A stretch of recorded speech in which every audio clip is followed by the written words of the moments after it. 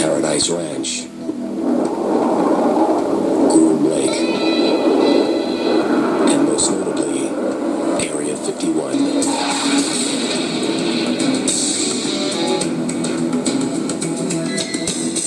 The government does not want to acknowledge that a base exists there. But the fact is, I've been there. There's a runway, there's buildings. It is a extremely secret base. America knows about Area 51. It's now a household term. This is where a lot of our nation's most secret and most important work has been done.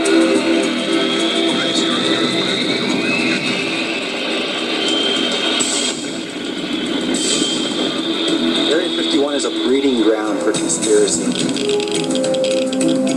People are willing to believe the most preposterous things about what could actually be going on there.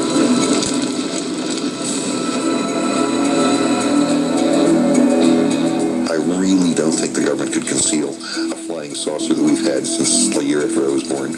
I really don't think so. There are a lot of secrets at Area 51. But the ones that they guard the most closely are the ones that could lead some of these officials to federal prison. The whole area is sewn with magnetic sensors and electro-optical trip sensors. Step over the line without a top-secret clearance, and they can shoot you. Next stop, Area 51.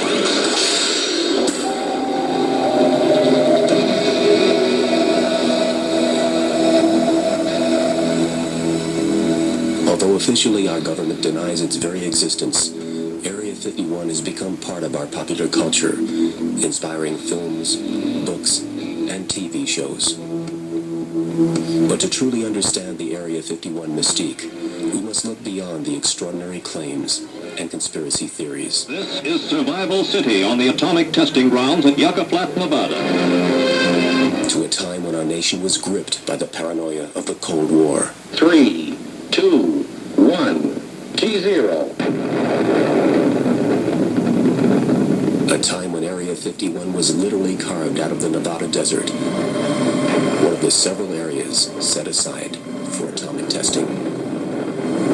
The area where the Groom Lake Area 51 Air Base exists, that land back in the early 50s was grabbed by the Atomic Energy Commission, which is now called the DOE, the Department of Energy, and these are the people who've been responsible for the nation's nuclear weapons.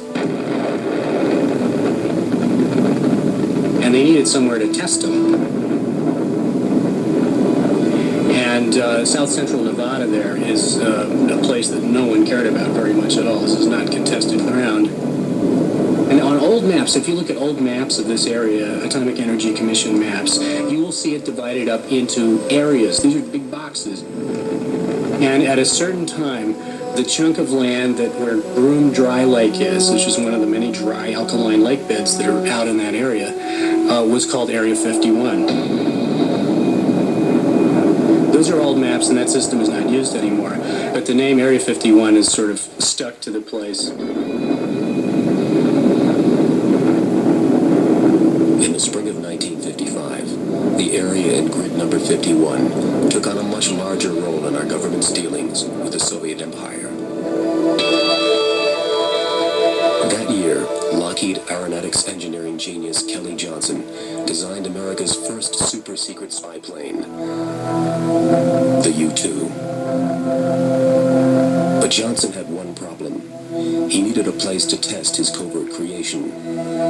He turned to his trusted friend, civilian test pilot Tony LeVere, the man who some say is the true father of Area 51. I told Kelly in simple words, I know exactly what you want, and I'll get right with it, which I did. I'm searching for the perfect dry lake, because I knew that a dry lake is the best natural landing field for experimental flying that ever was devised. For nearly a week, Tony LeVere and his team scoured the Nevada desert, checking out dozens of remote sites. But when they crossed the Nellis Mountain Range and came upon Groom Lake, LeVere immediately knew that their search was over. This thing is, on a scale of 1 to 10, it's a 10 plus. The rest of them don't even stand a chance. Its location was really out in a godforsaken country, and not very many people roam around those parts. And it turned out that the CIA over across the hill, some 30, 40 miles from us, had all the facilities and equipment to do this sort of stuff, and they said, we'll build a base for you. And with that, Area 51 became our government's most top-secret military facility. Within a few short weeks, Tony LeVere found himself behind the controls of Kelly Johnson's Cold War brainchild, the U-2 spy plane.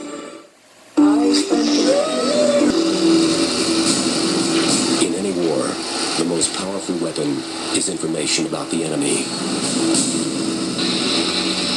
In the late 1950s, the U-2 spy plane, developed and test-flown at Area 51, became our government's secret weapon in the Cold War against the Soviet Union. We knew the Russians were working as fast and cleverly as they could to make nuclear bombs, but we had no way to look into their vast terrain. So the CIA went to the Lockheed Skunk Works, which is a very brilliant little engineering group at the time, and said, can you make us something that flies high? And with a bunch of fast work, made one of the first really invincible spy planes, the U-2. Equipped with sensitive infrared cameras, the U-2 was capable of producing detailed aerial images of enemy installations from as high up as 80,000 feet, far beyond the range of enemy radar. Although the U-2 was actually a spy plane, a cover story was put out that it was being tested at Groom Lake for high-altitude weather research for the National Advisory Committee on Aeronautics, a predecessor to NASA. And the aircraft were actually painted in false NACA markings in case one crashed off-site. For years, the U-2 flew dozens of clandestine missions with total anonymity, bringing back vital photographic proof of Russia's military and nuclear weapons buildup. But in May of 1960, all the secrets surrounding the U-2 spy plane came crashing down. Secret reconnaissance of Russia by high-flying American U-2 jets ended when one was downed deep in Soviet territory. Its pilot, Francis Powers, was made the subject of a showcase trial. You had this famous shoot-down of Francis Gary Powers, and he was captured, and this was at a very sensitive moment in time when there was a summit meeting coming between Eisenhower and Khrushchev, and about 5 days before this, our guy falls out of the sky in an unacknowledged airplane, and this, of course, created a huge flap. Gary Powers was convicted of spying by a Soviet court and sentenced to 10 years in prison. However, he was later released and exchanged for a Soviet agent in U.S. custody. There's no question in my mind that the intelligence that they got on Russia probably kept us out of World War III. But the U-2 was just the first of many top-secret aircraft to be developed and tested in the desert skies over Area 51. After the U-2 program was completed, they used the Groom Lake facility to test the A-12 spy plane, which is capable of flying in excess of Mach 3 at altitudes above 80,000 feet. This was the predecessor to the SR-71, Blackbird. Still flying today, the Blackbird pushed the envelope of supersonic aerodynamic technology. Like the U-2, the SR-71 Blackbird was used for high-altitude military reconnaissance.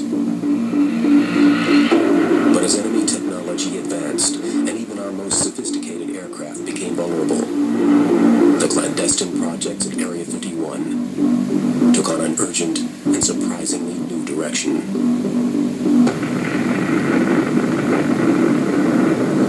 to some experts, a very different kind of aircraft was being tested.